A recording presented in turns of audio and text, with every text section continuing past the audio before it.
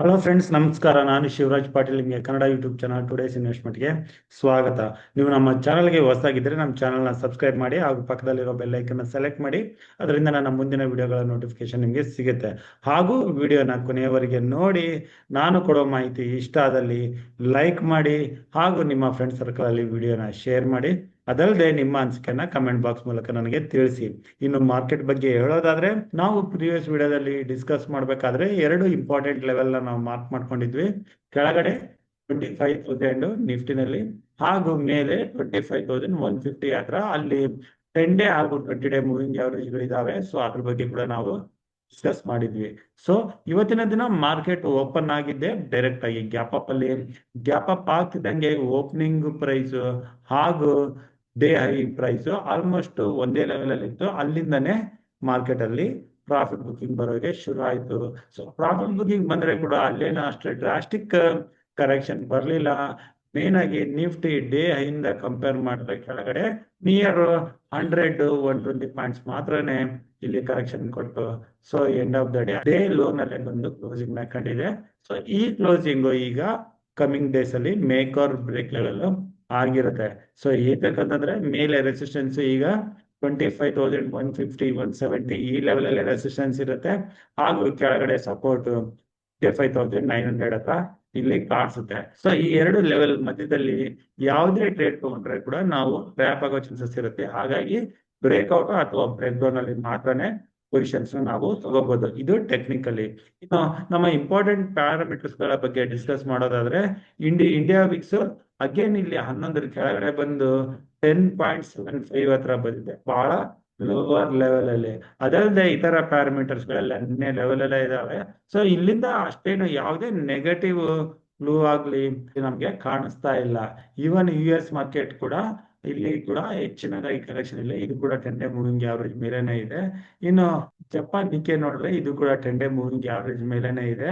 UK ಮಾರ್ಕೆಟ್ಗೆ ಬಂದ್ರೆ UK market ನಮ್ಮ ಇಂಡಿಯನ್ ಮಾರ್ಕೆಟ್ ಓಪನ್ ಆದಾಗ್ಲಿಂದ ಅದು ಕೂಡ ಸತತವಾಗಿ ಡೌನ್ ಮೂವ್ ನಾವು ಇಲ್ಲಿ ನೋಡ್ತಾ ಇದ್ದೀವಿ.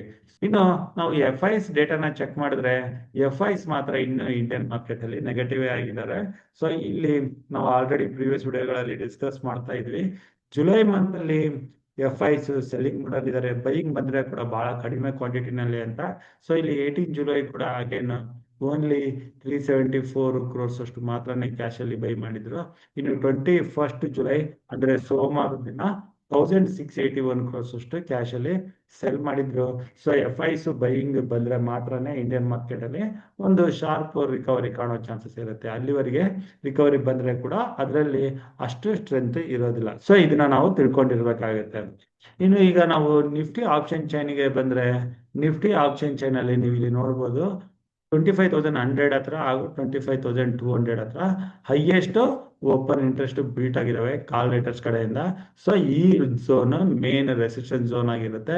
ಇದ್ರ ಮೇಲೆ ನಿಫ್ಟಿ ಸಸ್ಟೇನ್ ಆದ್ರೆ ಮಾತ್ರನೇ ನೆಕ್ಸ್ಟ್ ಅಪ್ ಸಿಗ್ಬೋದು. ಕೆಳಗಡೆ ಬಂದ್ರೆ 25,000 ಸೈಕೊಲಾಜಿಕಲ್ ಲೆವೆಲ್, ಇದ್ರ ಕೆಳಗಡೆ ಬಂದ್ರೆ ವೀಕ್ ಆಗಕ್ಕೆ ಶುರು ಆಗುತ್ತೆ.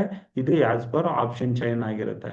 ಸೊ ಇಲ್ಲಿಂದ ನಾವು ಈಗ ನಿಫ್ಟಿಗೆ ಬಂದು ಅಗೇನ್ ಟ್ರೇಡಿಂಗ್ ಲೆವೆಲ್ಸ್ ಬಗ್ಗೆ ಡಿಸ್ಕಸ್ ಮಾಡಬೇಕು ಅಂತಂದ್ರೆ, ಪರ್ಸನಲ್ ಆಗಿ ನಾನು ಈಗಿನ ಲೆವೆಲ್ ಅಲ್ಲಿ ನಾವು ಯಾವುದೇ ಪೊಸಿಷನ್ಸ್ ತಗೊಳ್ಳಲ್ಲ. ಆಪ್ಷನ್ ಬೈಯಿಂಗ್ ಮಾಡ್ಬೇಕು ಅಂತಂದ್ರೆ 25,150 ಅಲ್ಲದೆ 25,200 ಮೇಲೆ ಮಾತ್ರನೇ ಲಾಂಗ್ ಪೊಸಿಷನ್ ತಗೊಳಕ್ಕೆ ನೋಡ್ತೇನೆ. ಟಾರ್ಗೆಟ್ 1 or 2 ಡೇಸ್ ಅಲ್ಲಿ 25,400 ಇಂದ 25,500 ವರೆಗೆ ಆಗಿರುತ್ತೆ. ಅದೇ ರೀತಿ ಕೆಳಗಡೆ 24,900 ನ ಬ್ರೇಕ್ ಆದ್ರೆ ಡೈರೆಕ್ಟ್ ಆಗಿ 24,550 ಇಂದ 24,600. So 300 points down move 1 or 2 days ಅಂದ್ರೆ ಈ ಗುರುವಾರದ ವೀಕ್ಲಿ ಎಕ್ಸ್ಪೈರಿ ವರೆಗೂ ಟಾರ್ಗೆಟ್ ಇಟ್ಕೊಂಡು ಹೋಗ್ಬೋದು. ಇನ್ನು ನಿಫ್ಟಿ ಈ ಮಧ್ಯದಲ್ಲಿ ಟ್ರೇಡ್ ಆಗ್ತಾ ಇದ್ರೆ ಕೆಳಗಡೆ 24,900 ಮೇಲೆ 25,200. ಸೊ ಈ 300 ಪಾಯಿಂಟ್ ರೇಂಜ್ ಹೈ ರಿಸ್ಕಿ ಹಾಗೂ ನೋ ಟ್ರೇಡಿಂಗ್ ಝೋನ್ ಆಗಿರುತ್ತೆ. ಸೊ ಇಷ್ಟ ಹೇಳ್ತಾ ಇವತ್ತಿನ ವಿಡಿಯೋ ಇಲ್ಲಿಗೆ ಮುಗಿಸ್ತಾ ಇದ್ದೀನಿ. ನಾನು ಆಲ್ರೆಡಿ ರಿಕ್ವೆಸ್ಟ್ ಮಾಡ್ದಂಗೆ ವಿಡಿಯೋ ಇಷ್ಟ ಆದಲ್ಲಿ ಲೈಕ್ ಹಾಗೂ ಕಮೆಂಟ್ ಮಾಡೋದನ್ನ ಮರಿಬೇಡಿ. ನನ್ನ ಮುಂದಿನ ವಿಡಿಯೋ ಬರೋವರೆಗೂ ನಿಮಗೆ ನನ್ನ ಕಡೆಯಿಂದ ಧನ್ಯವಾದಗಳು. Thank you.